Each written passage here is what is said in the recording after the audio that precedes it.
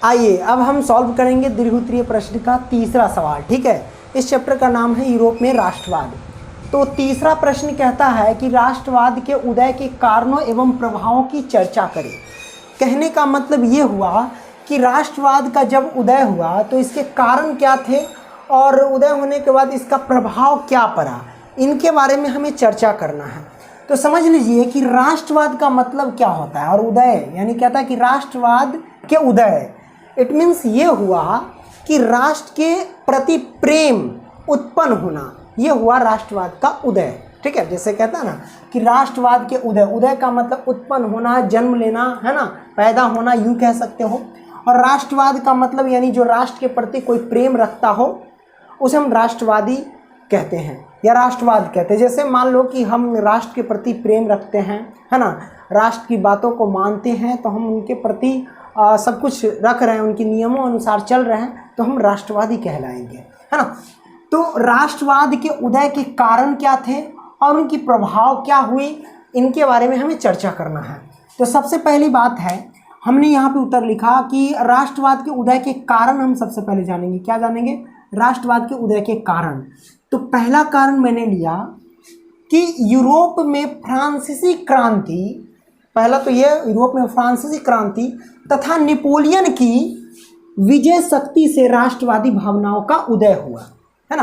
कहने का मतलब ये हुआ कि यूरोप में फ्रांसीसी क्रांति पहला, और दूसरा नेपोलियन की विजय शक्ति। नेपोलियन जो था, जिससे भी लड़ता था, राज्य हो या देश हो, है ना, उस पर विजय प्राप्त करके वहाँ के जितने भी लोग होते थे तो उनके मन में राष्ट्रवादी भावना उत्पन्न कर देते थे, यानी राष्ट्र के प्रति प्रेम करो ऐसा वैसा वो उनके मन में डाल देते थे। ठीक है, ये उत्पन्न कर देते थे। ओके, तो इसीलिए मैंने लिखा कि यूरोप में फ्रांसीसी क्रांति तथा नेपोलियन की विजय शक्ति, क्योंकि ये नेपोलियन विजय प्राप्त करके जहाँ भी लोग रहते थे उनके प्रति यानी राष्ट्र के प्रति प्रेम डाल देते थे या उत्पन्न कर देते थे। तो विजय शक्ति से राष्ट्रवादी भावनाओं का उदय कर देते थे, यानी उत्पन्न कर देते थे, राष्ट्रवादी भावना डाल देते थे। तो पहला ये कारण हो गया। दूसरा कारण कि नेपोलियन ने अपने द्वारा विजय प्राप्त राज्यों में राष्ट्रवाद की भावनाओं को जगाने लगे। कहने का मतलब ये हुआ कि नेपोलियन जिस राज्य को युद्ध करके, है ना, जीता था, उस राज्य के लोगों पर क्या किए, राष्ट्रवादी भावना उत्पन्न करने लगे, यानी उनको समझा करके कि राष्ट्र के प्रति प्रेम करो। प्रेम का मतलब यूँ समझो कि राष्ट्र की बातों में क्या है नहीं है उनकी पूरी बातों को मान लेना, समझो। ठीक है, तो ये कर दिया दूसरा कारण कि नेपोलियन ने अपने द्वारा विजय प्राप्त राज्यों में राष्ट्रवादी की भावनाओं को जगाने लगा। ठीक है, तीसरा कारण शिक्षित मध्यम वर्ग। शिक्षित मध्यम वर्ग में कौन कौन है, जैसे कि शिक्षक हो गया, व्यापारी हो गया आदि के उदय से, ठीक है, राष्ट्रवादी भावनाओं का विकास हुआ। ठीक है, यानी ये हमारे शिक्षक वर्ग और व्यापारी, शिक्षक व्यापारी ETC, है ना, इन सभी से उदय हुआ क्या, तो राष्ट्रवादी भावनाओं का, है ना, विकास हुआ। विकास का मतलब कि बढ़ जाना, ठीक है, ज़्यादा होना, विकास हुआ। ऐसे वर्ग क्रांतियों में महत्वपूर्ण भूमिका अदा किया था। ऐसे वर्ग मतलब शिक्षित मध्यम वर्ग जो है वो क्रांतियों में क्या किया, महत्वपूर्ण भूमिका क्या किया था, अदा किया था। तो ये राष्ट्रवाद के उदय के कारण थे कि क्यों उदय हुआ, इसके कारण क्या थे, है ना। अब हम जानेंगे कि राष्ट्रवाद के प्रभाव के बारे में हम जानते हैं, तो इसको आप स्क्रीनशॉट मारिए। चलिए प्रभाव के बारे में हम जान लेते हैं। आइए अब हम देख लेते हैं राष्ट्रवाद के उदय का प्रभाव। तो चलिए हम देख लेते हैं पहला प्रभाव। पहला क्या है कि राष्ट्रवाद के उदय के प्रभाव से, यानी राष्ट्रवाद के उदय यानी राष्ट्रवादी भावना जब उत्पन्न हुआ तो इसके प्रभाव से क्या हुआ कि अनेक क्रांतियां और आंदोलन हुए।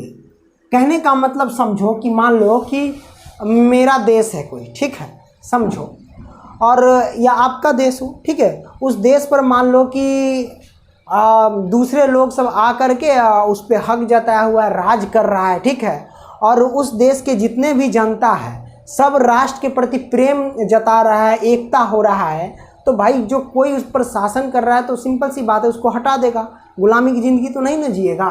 तो राष्ट्र के प्रति जैसे ही प्रेम बढ़ता है, राष्ट्र से लगाव होता है, तो क्रांति और आंदोलन शुरू होने लगता है कि मेरे देश को कोई कैसे कब्जा कर सकता है कि नहीं, इस तरीके से। ओके, तो राष्ट्रवाद के उदय यानी राष्ट्रवादी भावना जो उत्पन्न होने लगा, तो उससे क्या हुआ, क्रांतियां और आंदोलन क्या होंगे, शुरू होने लगे, और जिससे अनेक नए राष्ट्र का उदय होने लगा, यानी उत्पन्न होने लगा, नए राष्ट्र बनने लगे।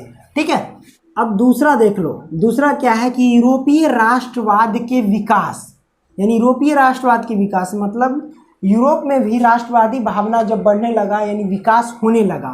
ठीक है, तो विकास का प्रभाव एशिया और क्या है, अफ्रीका में भी पड़ा, और यहाँ भी राष्ट्रीय आंदोलन क्या हो गया, प्रारंभ होने लगा। तीसरा कारण देख लो कि राष्ट्रवाद के उदय के प्रभाव से, राष्ट्रवाद के उदय यानी राष्ट्रवादी भावना जब उत्पन्न होने लगा, तो इसके प्रभाव से निरंकुश शासकों का प्रभाव जो है वो कमजोर होने लगा। निरंकुश शासक का मतलब ये हुआ कि जो जनता की बातें ना सुनती हो, अपनी मनमानी करती हो, यानी वैसे शासक जो जनता की बात नहीं सुनती हो और खुद की मनमानी करती हो, तो ऐसे शासकों का भी प्रभाव क्या हो, कमजोर होने लगा। ठीक है, आई होप कि ये क्वेश्चन समझ गए होंगे। वीडियो पसंद आए तो लाइक करना है, दोस्तों को भी शेयर करना। धन्यवाद दोस्तों।